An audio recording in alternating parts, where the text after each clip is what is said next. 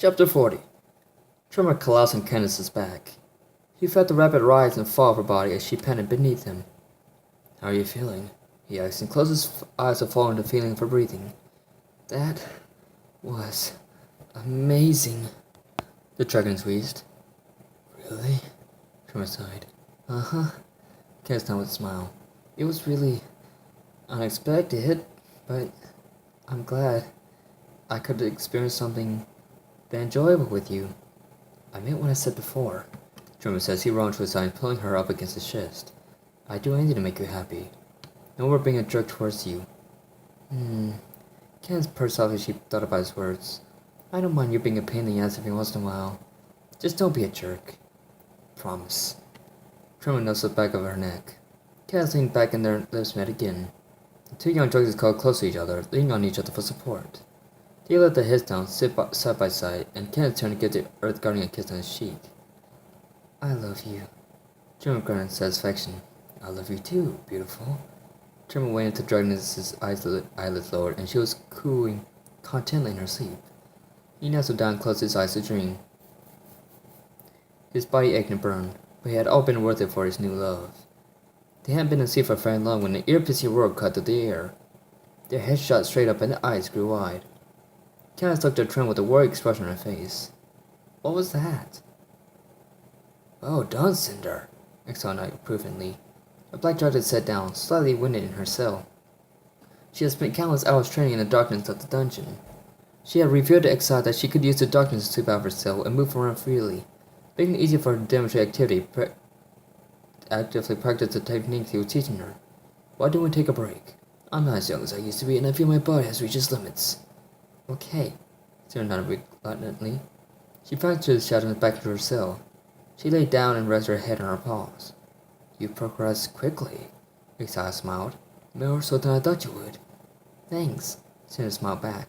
"Most of the things you've been teaching me I was exposed to when I was working for the Dark Master." "Indeed," the wolf nodded. "I imagined that was why you requested extra training in dispersing dark magic." Cinder nodded. "Just remember, Cinder, that what I've taught you is to be used for good. If you wish to protect Spyro from the Dark Master's powers, you need to have a clear mind and a pure heart." "I understand. Those techniques do not make you immune to the Dark Master's power, but they do provide you a great deal of protection as long as you stay focused on your goal." "I can't think enough, Exile," Cinder sighed, tears starting to form in her eyes. They weren't tears of sadness, but of a slight relief. As tired as she was, she felt lighter and filled with a new energy. The powers Exile had tired coursed through her body. All at once, she didn't feel the chill from that dungeon. The air seemed to get warmer around them. "Just remember your promise, my dear. That will be thanks enough." Cinder shook her head. "No, not in the slightest. I promise that when the time is right, I'll free you from this hellhole. You don't have to throw yourself with such a task." Exile waved her hand dismissively. "I will do just fine on my own." But the black dragon was interrupted by locks on the main door falling to the ground. The door was flung open and a hulking wolf lumbered into the dungeon. He paused and waited for the pack leader Snore to arrive. He carried a large crystal in his hand that had an eerie, unnatural purple glow to it. Cinder recognized the stone and gave Exile a frightened look. "I know that crystal," she whispered. "The Ape King all had one. He used to turn me against the dragons when I was just a hatchling."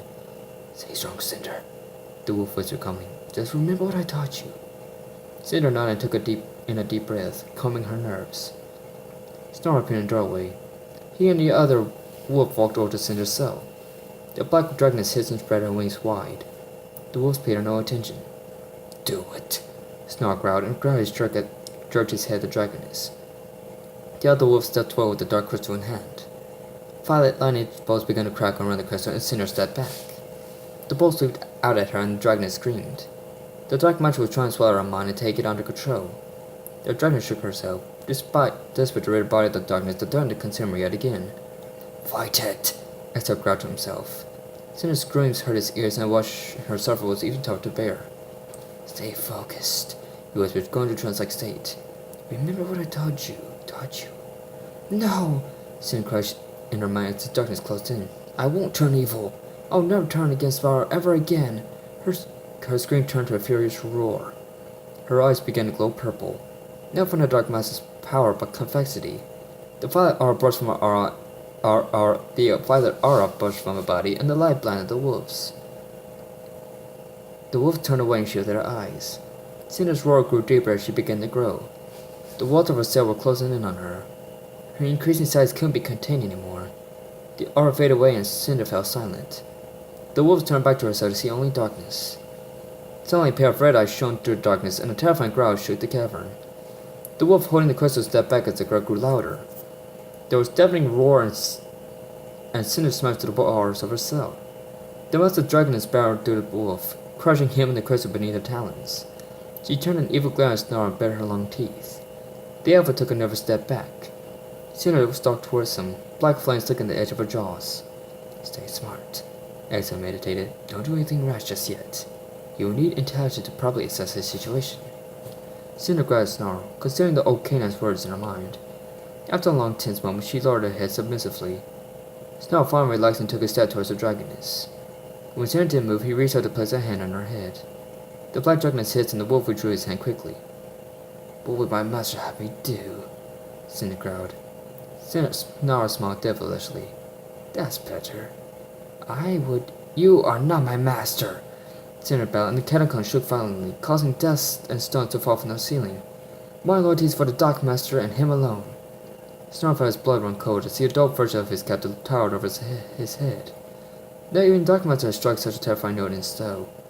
Now I ask you one more time. Cinder brought her head down until she was nose to nose with Snarl. What would my master have me do? The wolf swallowed hard.